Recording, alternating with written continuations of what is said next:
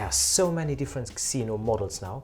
Can you tell us maybe first of all, how did the Xeno model start and where did you take it to? Or where are we going with the Xeno models? Yeah, the Xeno model has a very interesting history because it was our first really so-called heavyweight trumpet. At the time, 25 years ago, the Xeno model was developed in a new way from our very famous designer Kenzo Kawasaki. He was one of the first designers who worked at the time with together with Reinhold Schilke. And at that time still the more lightweight trumpets were more popular in the market. But Kenzo had this idea of a new direction in trumpets. He was a trumpet player himself and designed trumpets for trumpet players, specifically in Japan, but also for America. And so he started that way a more heavyweight trumpet at the time. So he had different ideas like putting 2 braces in a tuning slide, making single slides slightly heavier or make the bell a bit heavier. They tried different things and then it developed into a series that was called Xeno at the time. Xeno in the Japanese meaning meant something from foreign countries. Okay. So that was the background of the Xeno trumpet at the time. And the Xeno model was always something developed with famous players, with players in orchestras, with soloists, with different orchestras, not just one, but really asking New York, Chicago, Los Angeles, asking even European orchestras like London Symphony, their opinion about the instrument. And this developed the instrument into a very new generation of trumpets.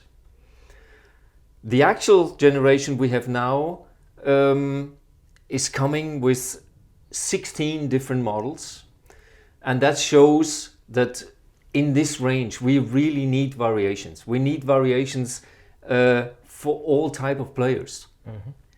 And basically what we choose here is a setup as a standard model, and from there you can then test models with reverse tuning slide again. You can test models in gold brass, in yellow brass. You can test silver plated models, lacquered models, and the same variations are existing in a medium large bore and in a large bore instrument. So with Kenzo there was a pioneer designer, Yes. who asked as many opinions as possible, Yes. in the European and in the US market. Yes. Yes. And then came out of that, let's fast forward 25 years, because there was an anniversary model last year. Exactly. Now we have 16 models, and what we have is an almost perfect mechanical instrument.